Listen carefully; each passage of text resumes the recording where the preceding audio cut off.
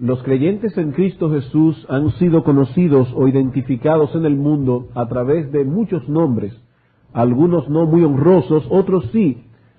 Se les ha llamado discípulos, cristianos, protestantes, herejes, heterodoxos, convertidos, pero quizás hoy día el nombre más común con el que se conocen los creyentes, el más generalizado de todos, es el término evangélico.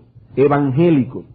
Es común oír hablar de iglesias evangélicas o de creyentes evangélicos, hasta de emisoras de radio y televisión y muchas otras cosas por el estilo, todas con el común denominador de que llevan al final el mismo calificativo, evangélico o en algunos casos evangelístico. Y lo que se quiere señalar con estos términos es que todas esas cosas de una forma u otra están relacionadas con el evangelio.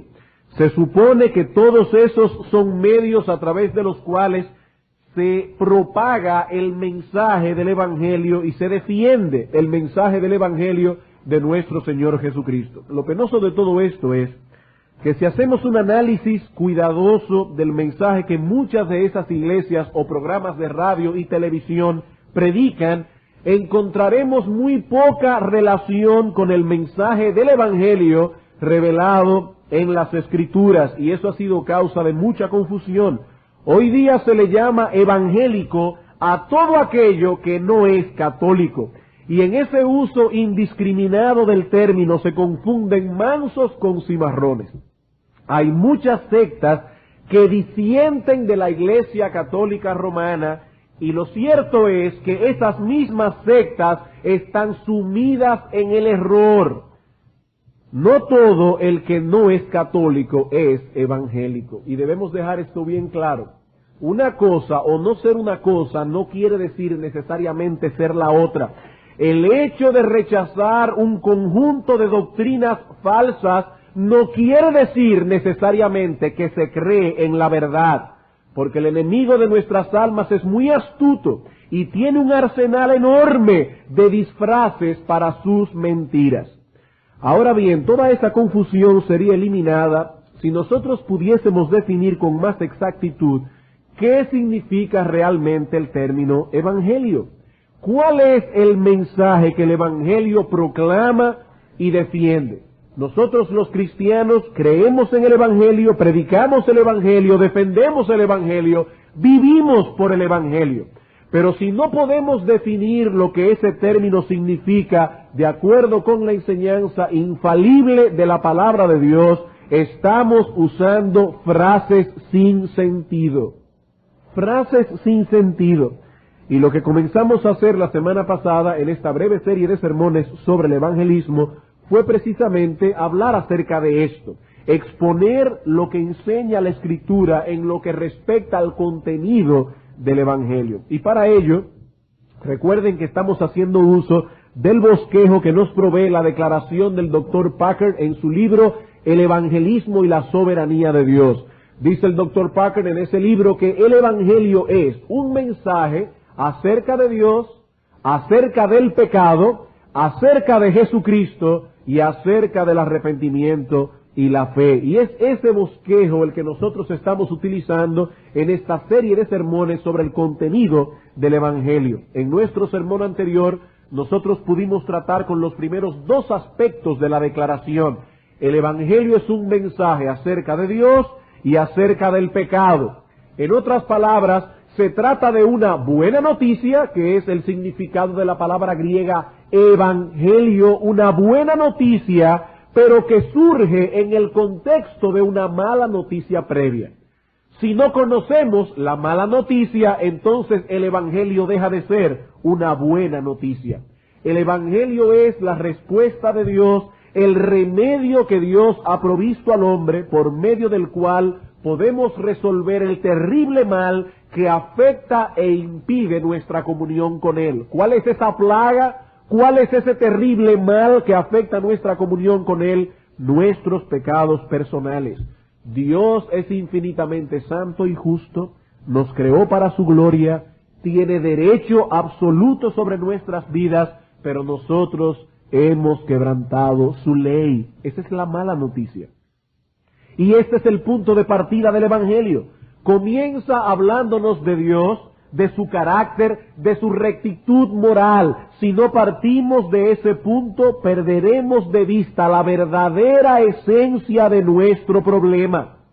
Y como decíamos el domingo pasado, en muchos púlpitos hoy día se está hablando de los grandes males que corroen nuestra sociedad, de la drogadicción, del alcoholismo, de la corrupción gubernamental. Pero hermanos y amigos, el problema de todas esas cosas, de todos esos sermones, es que se atacan esos males en relación horizontal, en el sentido primario de cómo afecta nuestra sociedad, pero ese es un punto de partida equivocado. El problema no es que la drogadicción, el alcoholismo, la corrupción está afectando la sociedad primariamente. El problema es que afecta nuestra relación con Dios. Dios es el único punto de partida posible del Evangelio. Solo veremos nuestro problema de pecado en su magnitud real cuando lo examinemos a la luz de la santidad y de la justicia de Dios. Es contra Él que hemos pecado, es su ley que hemos quebrantado, es Él quien será finalmente nuestro juez. Y por lo tanto, Él es el único punto posible de nuestro mensaje evangélico. Pero afortunadamente, hermanos y amigos, eso no es todo lo que el Evangelio tiene que decirnos.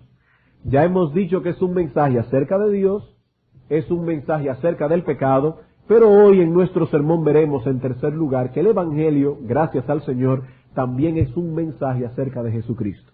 No solamente acerca de Dios, acerca del pecado, sino también acerca de Jesucristo. Y lo que vamos a hacer en esta mañana es, en primer lugar, vamos a establecer este hecho bíblicamente, que el Evangelio es un mensaje acerca de Jesucristo, y en segundo lugar vamos a explicar lo que esta aseveración realmente significa. O sea que tenemos dos subpuntos de nuestro punto. Tercero, el Evangelio es un mensaje acerca de Jesucristo, y eso lo veremos en dos partes. En primer lugar, probaremos eso bíblicamente, y en segundo lugar vamos a explicar lo que esta aseveración significa. Y me imagino que algunos pueden estar pensando, ¿y usted cree que es necesario pasarse una hora hablando de algo tan obvio, que el Evangelio es un mensaje acerca de Jesucristo? Y probar bíblicamente que es un mensaje acerca de nuestro Señor Jesucristo. Yo espero, con la ayuda del Espíritu Santo, que cuando concluyamos este sermón hayamos podido ver lo importante que es en la época en que nos ha tocado vivir definir estas cosas. Sí es importante que definamos esto bíblicamente y es importante que expliquemos lo que queremos decir. El Evangelio es un mensaje acerca de Jesucristo. Cuando vamos a la Escritura para ver lo que ella tiene que decirnos acerca del Evangelio, veremos de inmediato que la figura de nuestro Señor Jesucristo no es perimetral, no es incidental, sino que ocupa un lugar central, básico y fundamental. Jesucristo nuestro Señor es la esencia misma del mensaje evangélico. Cualquiera que sea el aspecto que analicemos de este mensaje, terminaremos siempre topándonos con su persona. No importa por dónde entremos a ver el mensaje, siempre terminaremos topándonos con Jesucristo. Y si en algún punto lo perdemos de vista, es posible que nos estemos extraviando por un camino de error y falsedad. Si usted va caminando supuestamente por el mensaje del Evangelio y en algún punto usted pierde de vista a Cristo, probablemente ya comenzó a extraviarse por un camino de error y falsedad. Vamos a ver algunos textos. Romanos capítulo 1, versículos 1 y 3. Y recuerdo lo que decía el domingo pasado, que el libro de Romanos es un tratado sistemático donde el apóstol Pablo expone ordenadamente el mensaje del Evangelio. Y dice en el versículo 1 y 3 del capítulo 1, Pablo, siervo de Jesucristo, llamado a ser apóstol, apartado para el Evangelio de Dios. Pablo era un apóstol, un mensajero, separado de manera especial como siervo de Jesucristo para ser un portavoz del mensaje del Evangelio. Versículo 2, un mensaje que él había prometido, o sea, Dios, antes por sus profetas en las santas escrituras. Es decir, que el mensaje que Pablo predicaba estaba en perfecta consonancia con todo aquello que Dios había revelado en el antiguo pacto.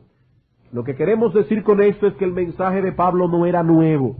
Todos los profetas del Antiguo Testamento habían hablado de esta promesa, la promesa de salvación por gracia por medio de la fe. Así que el Evangelio encuentra su base de apoyo en el Antiguo Testamento. Allí encontraremos una serie de figuras, de tipos, de ceremonias, de profecías directas que enseñaban acerca de la gran obra de salvación que Dios habría de efectuar por gracia. Ahora bien, ¿cuál es el punto focal de este Evangelio?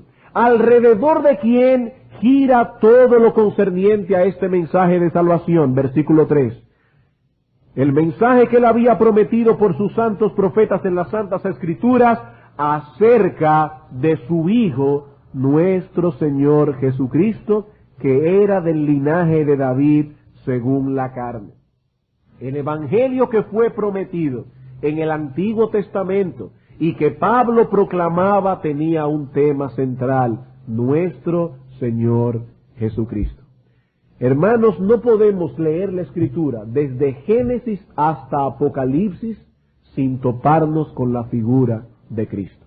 El Señor mismo decía a los judíos: lean el Antiguo Testamento, lean los escritos de Moisés y verán que Él habló de mí. El Antiguo Testamento profetiza e introduce proféticamente la persona de Cristo. Vamos a los evangelios y ¿qué encontramos allí? La vida de Cristo. Vamos al libro de los Hechos y vemos al Cristo exaltado obrando a través de los apóstoles. Vamos a las epístolas y encontramos una explicación teológica, doctrinal, inspirada por el Espíritu Santo de quién es Cristo y cuál fue la naturaleza de su obra redentora. Y llegamos al libro de Apocalipsis y ¿qué nos dice el apóstol Juan? El testimonio de Jesucristo es el espíritu de la profecía. No podemos abrir la palabra de Dios sin toparnos con la persona de Cristo. Él es el corazón, la esencia misma del mensaje del Evangelio. Primera a los Corintios capítulo 2. Primera a los Corintios capítulo 2 versículos 1 y 2. Cuando el apóstol Pablo fue a predicar este Evangelio a los ciudadanos nobles de la ciudad de Corinto, personas muy inteligentes, dados a la especulación y a la filosofía, dice el apóstol Pablo: hermanos, cuando fui a vosotros para anunciaros el testimonio de Dios, yo no fui con excelencia de palabras o de sabiduría. Eso no quiere decir que Pablo no era un buen predicador, como algunos han dicho. No, Pablo era un predicador tremendo, un predicador poderoso. Pero Pablo está diciendo: yo no fui a ustedes con palabras rimbombantes. Yo no fui a ustedes con una sarta de filosofías para asombrarlos con mi conocimiento, pues me propuse no saber entre vosotros cosa alguna, sino a Jesucristo y a este crucificado. Pablo dice: yo fui predicándoles el testimonio de Dios, y el testimonio de Dios tiene un centro: nuestro Señor Jesucristo. Segunda a los Corintios capítulo 4 versículo 5. Porque no nos predicamos a nosotros mismos, sino a Jesucristo como Señor, y a nosotros como vuestros siervos por amor de Jesús. Y este mismo testimonio que nosotros vemos en las epístolas, lo vemos vez tras vez ejemplificado en la predicación apostólica en el libro de los Hechos. Vamos a ver algunos textos brevemente. Hechos capítulo 5, versículo 42. Si vamos a esta historia de la iglesia escrita por inspiración divina, veremos que el apóstol Pablo tenía razón. Ellos predicaban a Jesucristo. En Hechos capítulo 5, versículo 42, dice: y todos los días en el templo y por las casas, se debe suplir allí los apóstoles porque es el contexto, no cesaban de enseñar y predicar a Jesucristo. Decir predicar el Evangelio y predicar a Jesucristo es decir exactamente lo mismo. Hechos capítulo 8, versículos 4 al 5. Pero los que fueron esparcidos iban por todas partes anunciando el Evangelio. Entonces Felipe, descendiendo a la ciudad de Samaria, les predicaba a Cristo. Versículo 12, pero cuando creyeron a Felipe que anunciaba el evangelio del reino de Dios y el nombre de Jesucristo, se bautizaban hombres y mujeres. Cuando ellos predicaban el evangelio, lo que predicaban era el nombre de Cristo. Hechos capítulo 8, versículo 35. Entonces Felipe, abriendo su boca, cuando conversó con el eunuco en el desierto, y comenzando desde esta escritura, le anunció el evangelio de Jesús. Hechos capítulo 9, versículo 20, el apóstol Pablo, inmediatamente después de su conversión, enseguida predicaba a Cristo en las sinagogas, diciendo que este era el Hijo de Dios. Hermanos, nosotros podríamos multiplicar los textos, pero estos pienso que son suficientes para probar el punto. El evangelio que Dios nos ha revelado en su palabra, el evangelio que predicó Cristo mismo, el evangelio que expusieron los apóstoles, tiene una figura central en la cual convergen todos los puntos doctrinales en ese evangelio. Y ese punto es el Hijo de Dios encarnado. Pero eso levanta ahora una interrogante. Surge una pregunta, como dice el pastor Arocha. Se levanta una pregunta. ¿Qué significa esto? Estamos hablando de que el evangelio de Cristo tiene como figura central esa persona, que predicar el evangelio es predicar a Cristo. Pero ¿qué significa realmente predicar el nombre de Cristo? ¿Querrá decir esto acaso que en el nombre de Jesús, en esas 5 letras, hay un contenido de cierto poder especial, de tal manera que la sola mención de su nombre obrará en el corazón del pecador para traerlo a la fe y al arrepentimiento? ¿Es eso lo que significa? Que con solo mencionar la palabra Jesús, Jesús, eso hará una obra misteriosa, poderosa, mágica en el corazón del pecador que lo traerá al arrepentimiento y a la fe. Algunas personas tienen ciertas concepciones supersticiosas con el nombre de Cristo. Piensan que con solo mencionar el nombre Jesús, eso es suficiente para que ocurran una serie de cosas extraordinarias. ¿Pero es acaso eso lo que enseña la Escritura? ¿Es eso lo que significa predicar en el nombre de Cristo? Hermanos, nosotros debemos ser dogmáticos en esto que vamos a decir ahora. A menos que no haya, o a menos que haya, una comprensión clara de ciertas verdades esenciales acerca de quién es Jesucristo y acerca de la obra que Él vino a realizar en la cruz del Calvario, no puede haber salvación. El mencionar el nombre Jesús delante de un pecador no hará absolutamente nada para salvarlo. A no ser que haya una comprensión clara y exacta acerca de quién es Jesucristo y acerca de la naturaleza de su obra redentora, no puede haber salvación. La fe salvadora surge en el contexto de una predicación doctrinal. No puede surgir la fe salvadora en un vacío doctrinal, o lo que es peor, en medio de un evangelio falso. Recuerden la insistencia del apóstol Pablo en Gálatas capítulo 1, versículos 8 y 9. Si alguien os predica un evangelio diferente del que os hemos anunciado, ¿qué dice Pablo? Sea maldito. Y aun si un ángel del cielo descendiera y predicara un evangelio distinto del que os hemos anunciado, sea maldito. ¿Por qué? Porque no hay nada peor que un remedio adulterado. Un veneno, obviamente es un veneno, y nadie que esté bien de la cabeza se va a tomar un veneno creyendo que es un veneno. Pero una persona sí puede ser engañada tomándose un veneno creyendo que es una medicina. El evangelio es el remedio que Dios ha provisto para salvar a los pecadores. No existe un crimen mayor que adulterar el evangelio. Porque un evangelio adulterado llevará a miles de personas al infierno. Ay, pero ellos son sinceros en lo que creen. Amigos, si usted se toma un negro eterno, como decíamos el domingo pasado, creyendo sinceramente que es una Coca-Cola, usted se va a morir. La sinceridad de su fe no eliminará el efecto nocivo del veneno. Creer en un evangelio falso llevará al hombre a las llamas del infierno eterno. No es la sinceridad lo que salva, es Cristo a través del evangelio. Así que la fe salvadora es producida en el corazón del pecador por el poder del Espíritu Santo en el contexto de la proclamación de ciertas verdades esenciales acerca de quién es Cristo y acerca del significado de su obra redentora. Vamos a Romanos capítulo 10. Romanos capítulo 10.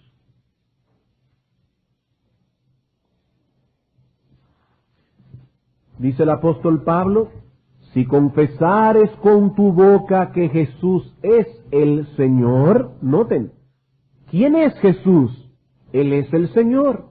¿Y qué significa eso? Que Él es Jehová, el Dios encarnado. Si confesares con tu boca que Jesús es el Señor, y creyeres en tu corazón que ese Señor murió en una cruz, pero Dios lo levantó de los muertos, serás salvo. Porque con el corazón se cree para justicia, pero con la boca se confiesa para salvación. Así que es en el contexto de la proclamación y aceptación de esas verdades acerca de quién es Jesús y acerca de cuál es la naturaleza de su obra redentora que Dios salva al pecador. Si creyeres en tu corazón que Él es el Señor y que Dios lo levantó de los muertos después de su muerte, serás salvo. Así que habiendo establecido primero el hecho de que ciertamente Jesucristo es parte esencial del mensaje del Evangelio, vamos ahora a explicar esa declaración. ¿Qué significa esto? Significa la proclamación de ciertas verdades esenciales acerca de su persona y acerca de la naturaleza de su obra. Vamos a ver estas dos cosas, una luego de la otra. Noten el orden, hermanos, que estamos usando. Estamos hablando aquí de la proclamación de ciertas verdades concernientes primero a la persona de Cristo, luego concerniente a su obra redentora. La obra de Cristo carece por completo de significado si perdemos de vista quién es Él como verdadero Dios y como verdadero hombre. Si obviamos este aspecto del mensaje, estamos echando por tierra toda la obra de salvación. No es simplemente que un tal Jesús murió en una cruz. Hermanos, ese no es el mensaje. No es que un tal Jesús murió en una cruz. Es que Dios se hizo hombre y murió en una cruz. Si nosotros obviamos ese hecho, ese mensaje acerca de quién es esencialmente Jesucristo, estamos echando por tierra todo el mensaje de salvación. Veamos algunos ejemplos. Hechos capítulo 9 otra vez. El texto que leímos hace un momento acerca de la predicación del apóstol Pablo en sus primeros días de convertido.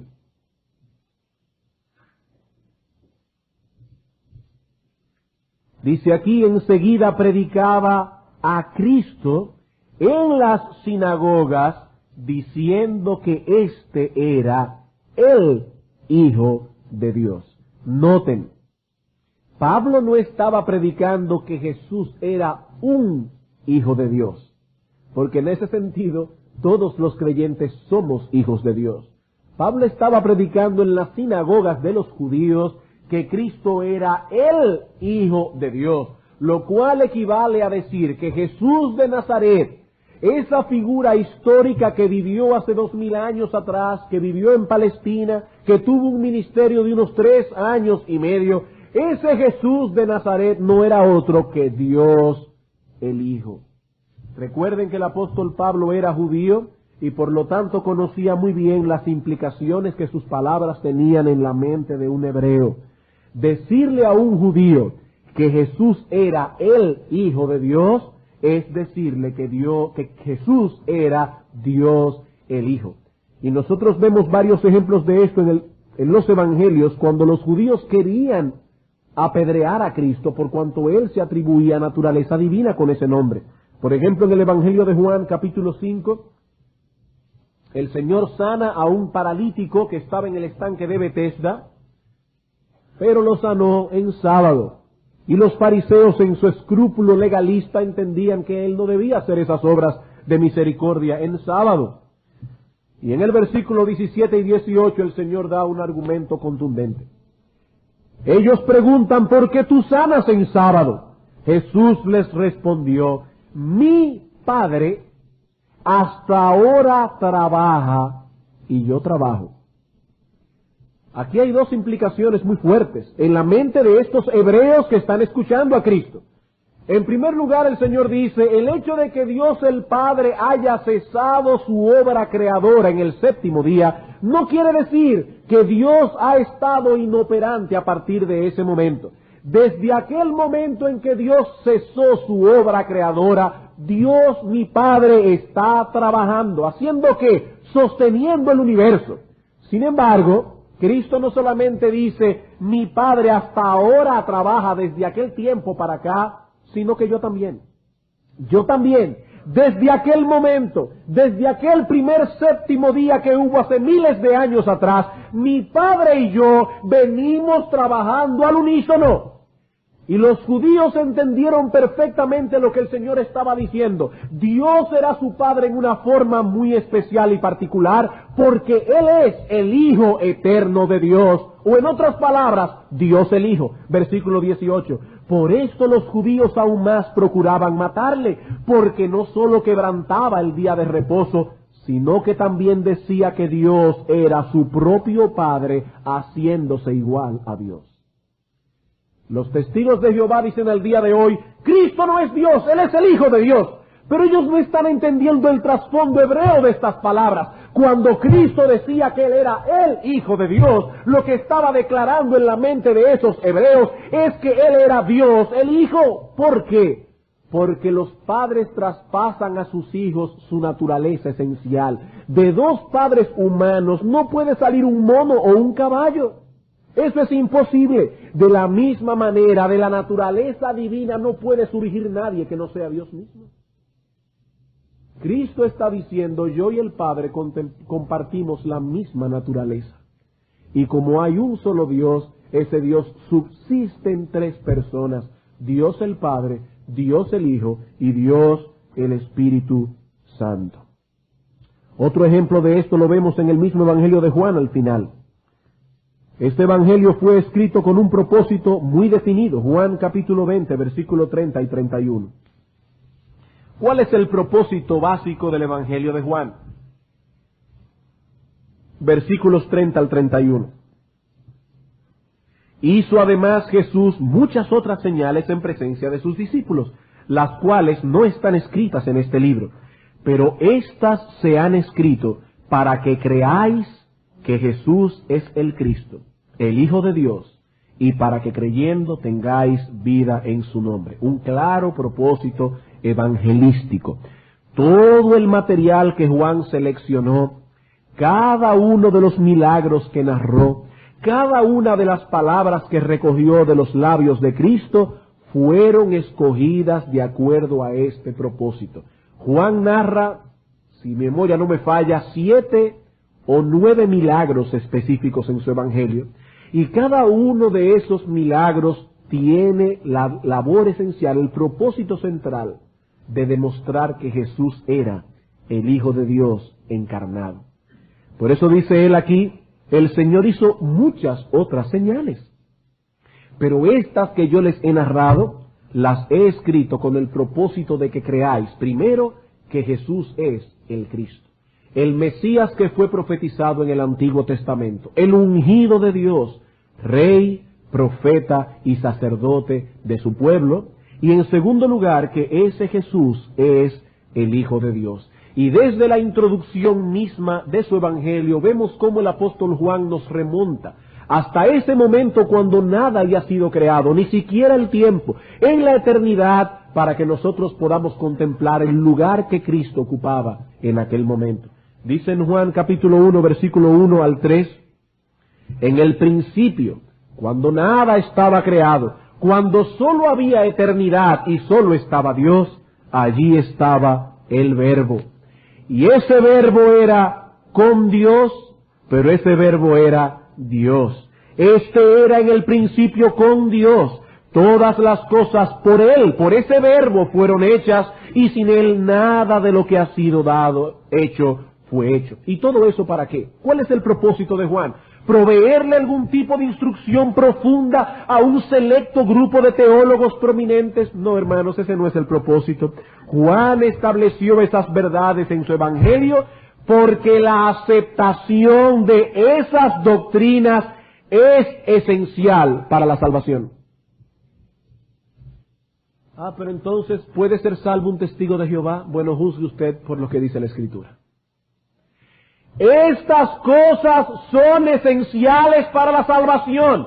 Dice Juan, os he escrito estas cosas para que creáis que Él es el Cristo, para que creáis que Él es el Hijo de Dios, y para que creyendo esas verdades tengáis vida en su nombre. No puede haber salvación donde hay ignorancia o un rechazo abierto de esas verdades. No puede haber salvación. Creer en Cristo implica la aceptación de su divinidad. Y donde no hay aceptación de su divinidad, no hay salvación. Jesús no fue un gran maestro. Jesús no fue un hombre bueno simplemente. Él es el Dios encarnado.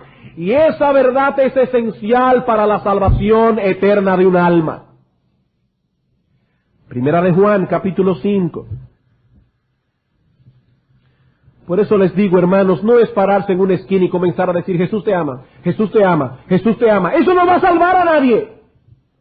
Estamos hablando de proposiciones doctrinales que deben ser comprendidas por la mente del pecador. Y hasta que esas proposiciones doctrinales no son comprendidas y aceptadas, no puede haber salvación. No puede haber salvación.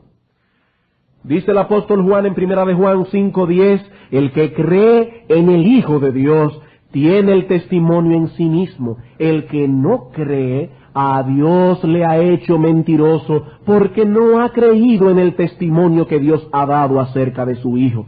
Y este es el testimonio, que Dios nos ha dado vida eterna, y esta vida está en su Hijo. El que tiene al Hijo, tiene la vida. El que no tiene al Hijo de Dios, no tiene la vida. ¿Y quién es ese Hijo de Dios? Versículo 20. Pero sabemos que el Hijo de Dios ha venido y nos ha dado entendimiento para conocer al que es verdadero. Y estamos en el verdadero, en su Hijo Jesucristo, quien es el verdadero Dios y la vida eterna.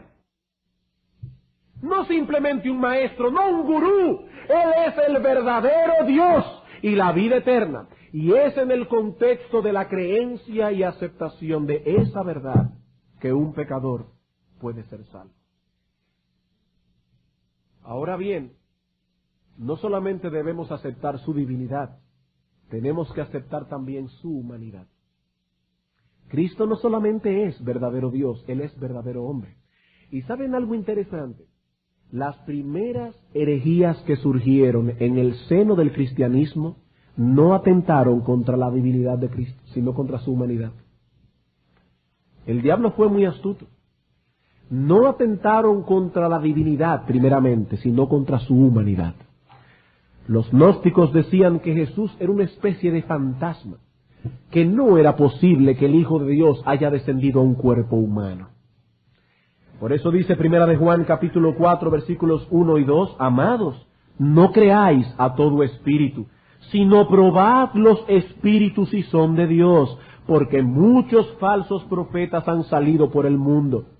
En esto conoced el Espíritu de Dios. Todo espíritu que confiesa que Jesucristo ha venido en carne es de Dios. Todo espíritu que confiesa que Jesucristo ha venido en carne, en un cuerpo real, en una verdadera humanidad. Ese verbo que en la eternidad estaba con Dios, que era Dios mismo, aquel por quien todas las cosas fueron hechas, dice Juan 1:14, ese verbo fue hecho carne. Carne, igual que la tuya, igual que la mía, y habitó entre nosotros. Dos naturalezas, la divina y la humana, subsistiendo en la misma persona, con todos los atributos que hacen a Dios ser Dios, con todos los atributos que hacen a un hombre ser hombre. De modo que el creador y sustentador del universo padeció hambre. El creador y sustentador del universo padeció hambre, una hambre real, la misma que sientes tú como a las 12:30 del mediodía. Hambre, sed, cansancio, sueño, dolor, etc. Y si nosotros negamos su humanidad, le haremos el mismo daño a su obra redentora que le haríamos si negásemos su divinidad. El mismo daño. Debía ser Dios para que su obra fuese válida y perfecta. Debía ser hombre para poder morir en una cruz. Si Cristo no hubiese sido Dios, su muerte hubiese sido vana. Si Cristo no hubiese sido hombre, no hubiese podido morir. Para redimirnos, tenía que ser Dios, tenía que ser hombre. Así que, amigos, he ahí el personaje central del Evangelio que debemos proclamar a los pecadores. No se trata simplemente de hablar de una figura histórica llamada Jesús. No. Tampoco se trata de mencionar esas 5 letras como si fuesen a ejercer un poder mágico en los pecadores que me escuchen. Hermanos, no nos dejemos influir del antidogmatismo de nuestra época. No nos dejemos influir del antidogmatismo de nuestra época. Muchas personas proclaman hoy día ser creyentes, pero difícilmente podrían definir qué es lo que creen. Ellos dicen que son creyentes, pero difícilmente podrían definir qué es exactamente lo que creen. Para ellos es suficiente haber tenido cierta experiencia con Jesús. Yo tuve una experiencia personal con Jesús, pero en ninguna parte de la Escritura dice que teniendo una experiencia misteriosa y mística con Jesús serás salvo. Eso no está en la Escritura. Jesucristo es el Hijo de Dios que ha venido en carne, verdadero Dios, verdadero hombre, y el Evangelio que Dios usa para salvar a los pecadores de las llamas del infierno es aquel que proclama estas verdades de tal manera que puedan ser captadas y asimiladas por el intelecto humano iluminado por el Espíritu de Dios. El entendimiento que no ha captado esta verdad no puede aceptar el Evangelio. Segunda a los Corintios capítulo 4. Segunda a los Corintios capítulo 4, versículos 3 en adelante. Dice el apóstol Pablo: si nuestro Evangelio está aún encubierto, entre los que se pierden está encubierto, en los cuales el Dios de este siglo cegó el entendimiento de los incrédulos. ¿Para qué? Para que no les resplandezca la luz del Evangelio de la gloria de Cristo, el cual es la imagen de Dios. Esa es la labor del diablo entre los inconversos: cegarles el entendimiento para que ellos no puedan contemplar la gloria y la majestad de Cristo, para que ellos no puedan entender el misterio que hay en su persona, verdadero Dios, verdadero hombre. Pero ahora dice Pablo, versículos 5 al 6, porque no nos predicamos a nosotros mismos, sino a Jesucristo como Señor, y a nosotros como vuestros siervos por amor de Jesús. Porque Dios, que mandó que de las tinieblas resplandeciese la luz, es el que resplandeció en nuestros corazones. ¿Para qué? ¿Para tener cierta experiencia con Jesús?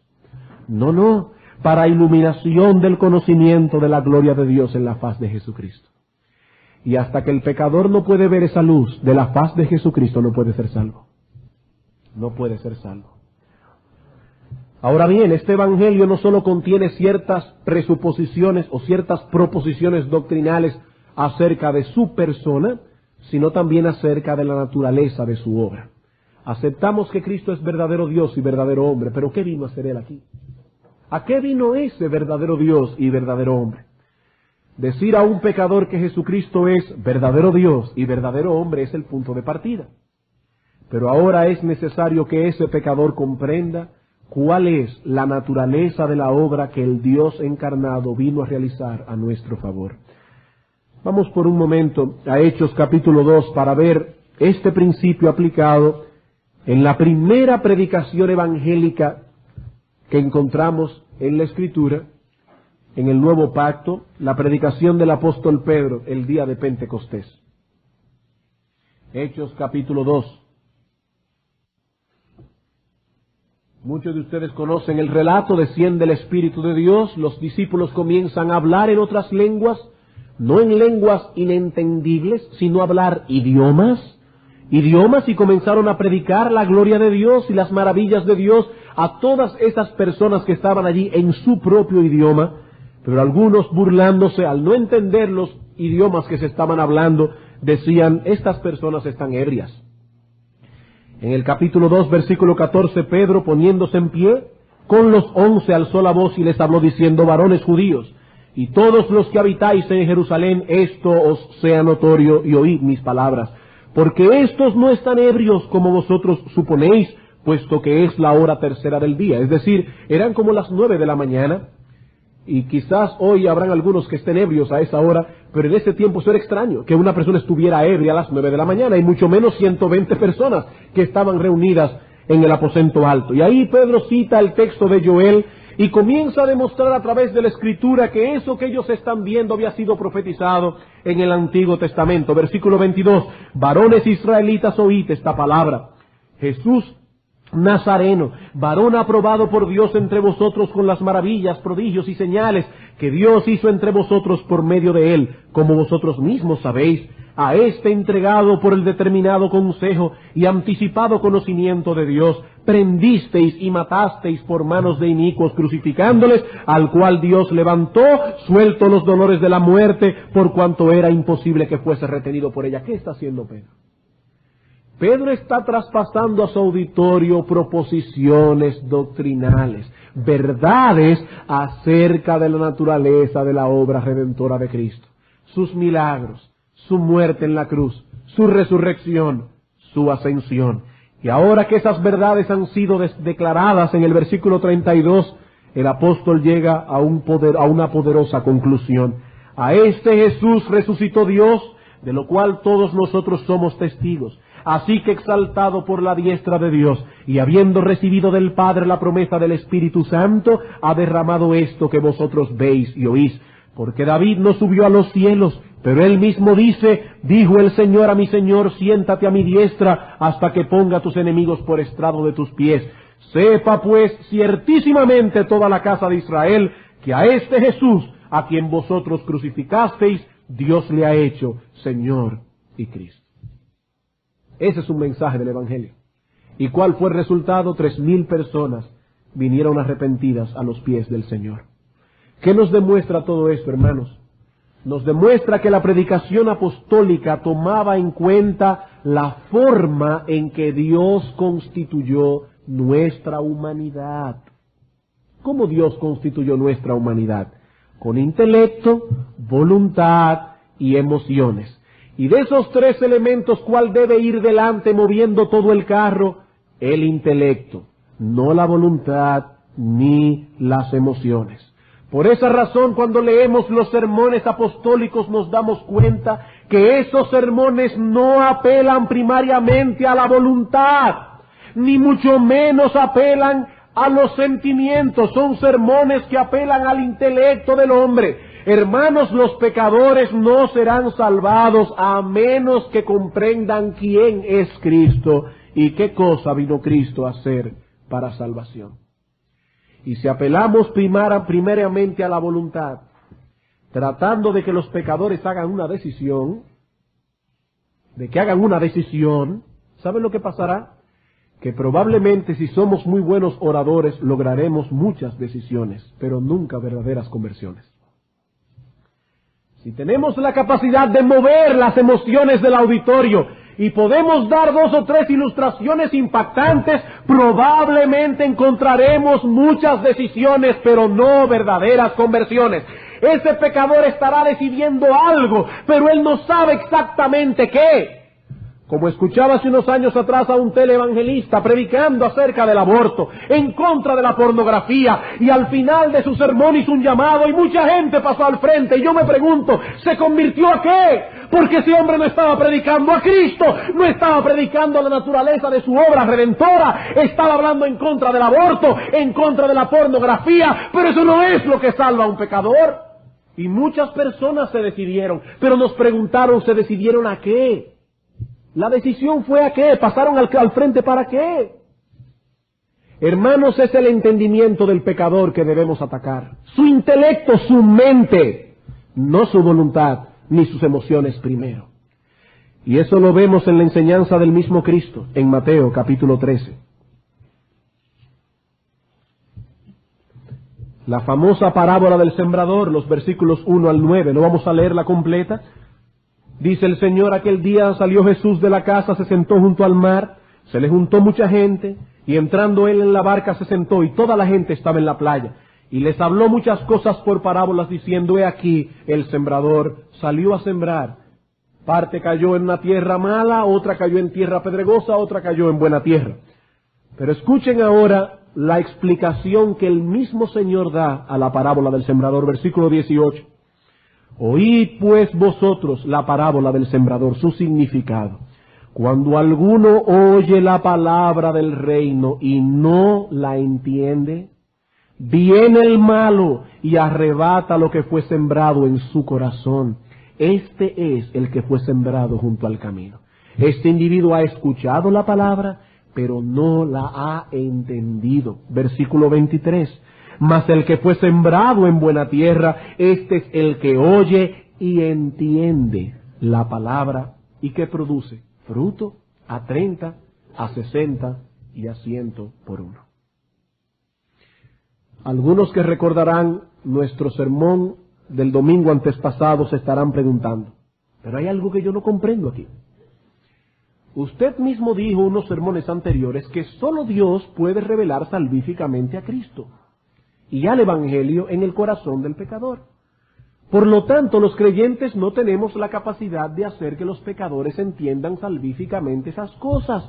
No podemos hacer que lo comprendan de tal modo que esa comprensión los lleve a la salvación.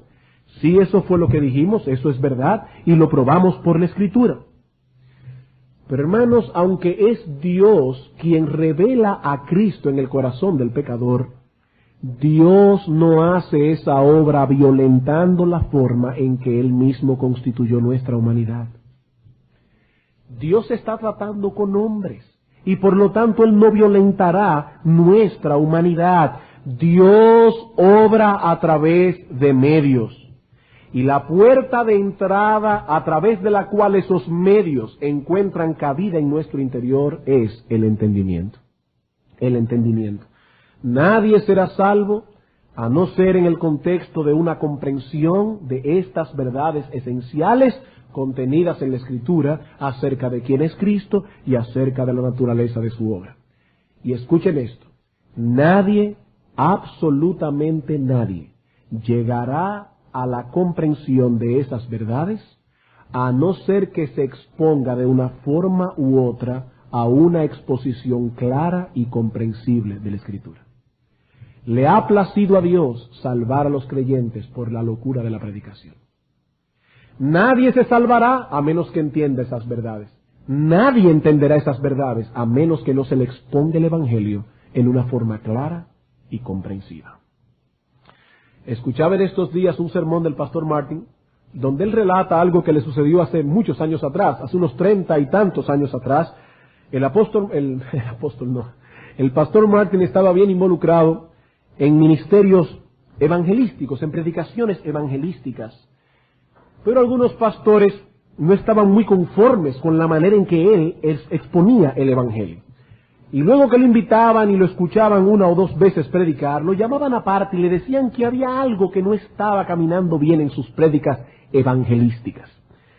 ¿Saben cuál era el defecto que ellos veían en las prédicas evangelísticas del pastor Martin? Que ellos decían que él no era un predicador realmente evangelístico. Entonces pastor Martin preguntaba, bueno, entonces, ¿qué soy yo? Él decía, bueno, tú eres más bien un maestro de la Escritura. Fíjense el concepto de esta gente. Tú no eres un predicador evangelístico. Tú eres más bien un maestro de la Escritura. ¿Saben cuál es la raíz del problema? Del problema que ellos estaban viendo. Que en la mente de estos hombres, la palabra evangelista no evoca a un predicador profundo de la Escritura, sino más bien a un individuo que cita algunos textos de la Biblia, relata algunas historias, mueve las emociones del auditorio y al final de la prédica exhorta a las personas a tomar una decisión. Y muchas personas levantan su mano, vienen al frente, toman una decisión, y eso es un predicador evangelístico de éxito.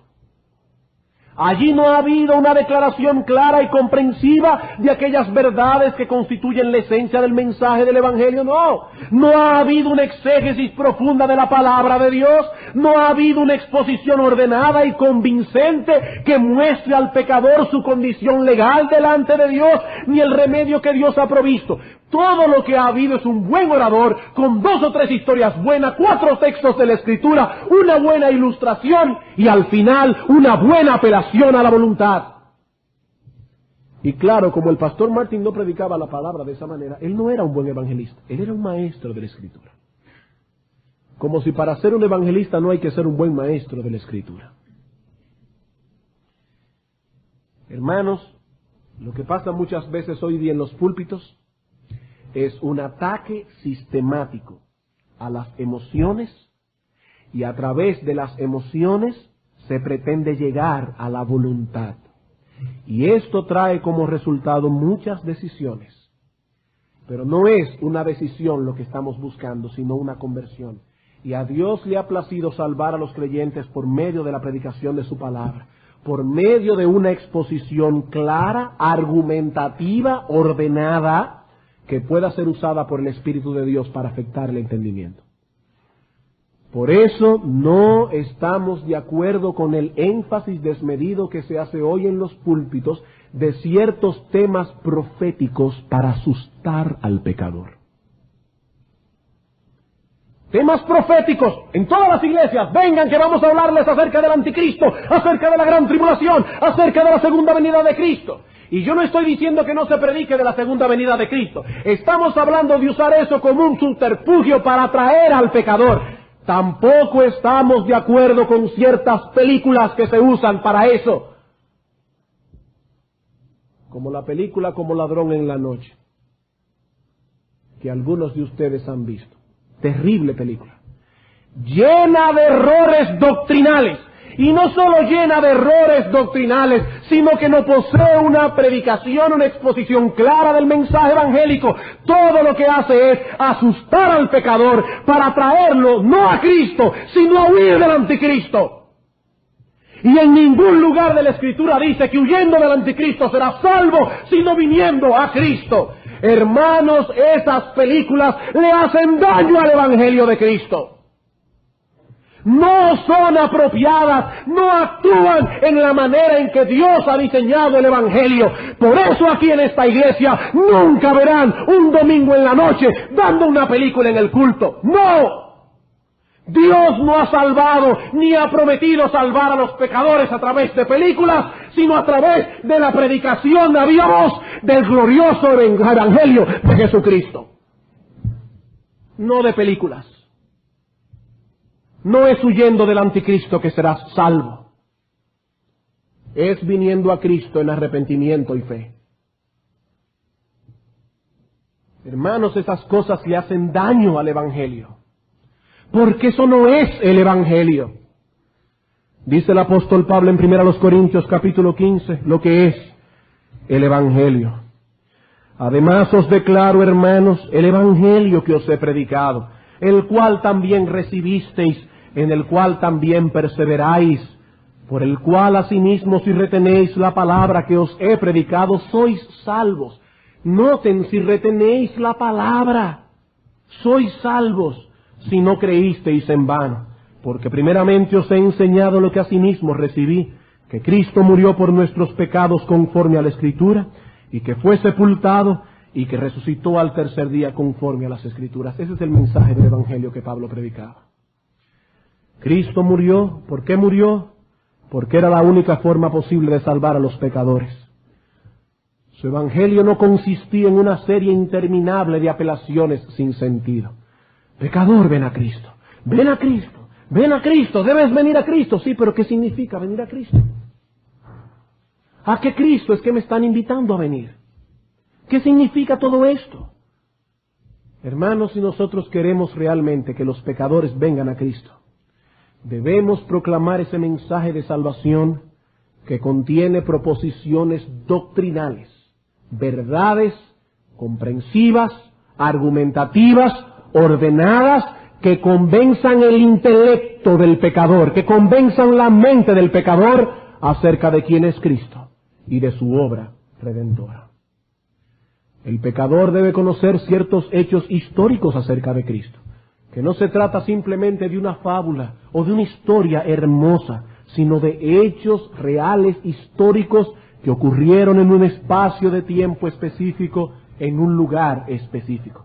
El pecador debe conocer la naturaleza sustitutiva de lo que él hizo, que él no murió en la cruz por causa de sus pecados, sino por causa de los nuestros, que la ira de Dios fue derramada sobre él a pesar de que era santo, porque en ese momento estaba llevando el pecado tuyo y el pecado mío, que el castigo de nuestra paz fue sobre él, que por su llaga fuimos nosotros curados. El pecador debe saber eso. El pecador debe saber que su obra de salvación fue perfecta, que Dios el Padre aceptó el pago que Dios el Hijo efectuó en la cruz del Calvario, que cuando Cristo clamó en la cruz, consumado es, estaba declarando con ello que la deuda estaba saldada, y de ahí en adelante todo aquel que en él creyera sería salvo y no vendría a condenación.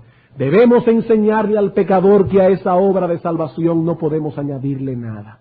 Ninguna obra de parte nuestra, ningún ritual, absolutamente nada, porque no hay otro nombre bajo el cielo dado a los hombres en el cual podamos ser salvos, sino en el nombre de nuestro Señor Jesucristo. He ahí, hermanos y amigos, el corazón del Evangelio. La proclamación del glorioso mensaje cuyo centro es Dios el Hijo encarnado, muriendo por los pecadores y salvándolos únicamente por gracia, por medio de la fe. Ese es el mensaje del Evangelio que salva al pecador. Para concluir, hermanos, si nosotros queremos mantener la pureza del Evangelio que Dios nos ha revelado en su palabra, debemos ser cuidadosos en la defensa de estas verdades concernientes a la persona y a la obra de nuestro Señor Jesucristo. Él es verdadero Dios. Él es verdadero hombre. Ni su deidad opaca su humanidad, ni viceversa. No podemos exaltar una para defender la otra. Son dos naturalezas distintas en la misma persona, con todos los atributos que hacen a Dios ser Dios, con todos los atributos que hacen al hombre ser hombre. ¿Y cuál es el centro de su obra redentora? El Hijo de Dios encarnado muriendo en una cruz para pagar la deuda del pecado de su pueblo, para que todo aquel que en él cree no se pierda, mas tenga vida eterna. Este es el Evangelio que debemos proclamar, el Evangelio que debemos defender. Un mensaje acerca de Dios, acerca del pecado, acerca de Jesucristo. ¿Y saben, hermanos, cuál es la gran tragedia del evangelismo moderno? La gran tragedia del evangelismo moderno ha sido la de restarle importancia a la persona de Cristo para realzar su muerte en la cruz. Ahí está la tragedia. Se ha minimizado la persona y se ha realzado su obra. Se le dice al pecador que basta con asentir intelectualmente en el hecho de que un tal Jesús murió por los pecados, y ya eso quiere decir que eres salvo. Pero no se enfatiza lo suficiente que ese Jesús es el Dios encarnado, que es el Señor Dios todopoderoso, con derecho absoluto sobre todo lo creado, y que por lo tanto creer en Él implica un sometimiento a su voluntad soberana. Eso es lo que significa creer en Él, porque no estamos creyendo simplemente en un tal Jesús, estamos creyendo en el Señor Jesucristo. ¿Cuál es el mensaje moderno? Acepta a Jesucristo como tu Salvador personal. Busquen una sola vez en la Escritura donde aparezca esa frase y no la van a encontrar, porque ese no es el mensaje de la Escritura. El mensaje bíblico es: cree en el Señor Jesucristo y serás salvo. Que si confesares con tu boca que Jesús es el Señor y creyeres en tu corazón que Dios lo levantó de los muertos, serás salvo, porque todo aquel que invocare el nombre del Señor será salvo. No acepta a Jesucristo como tu Salvador personal.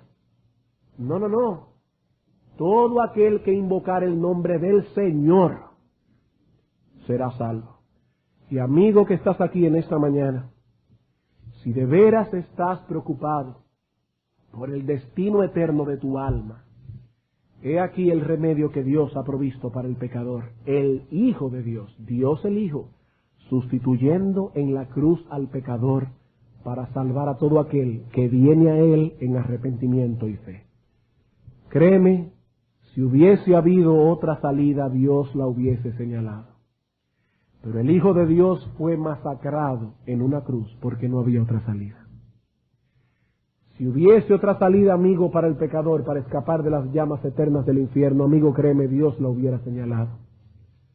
Pero el Hijo de Dios fue partido, molido en una cruz, porque no había otra salida.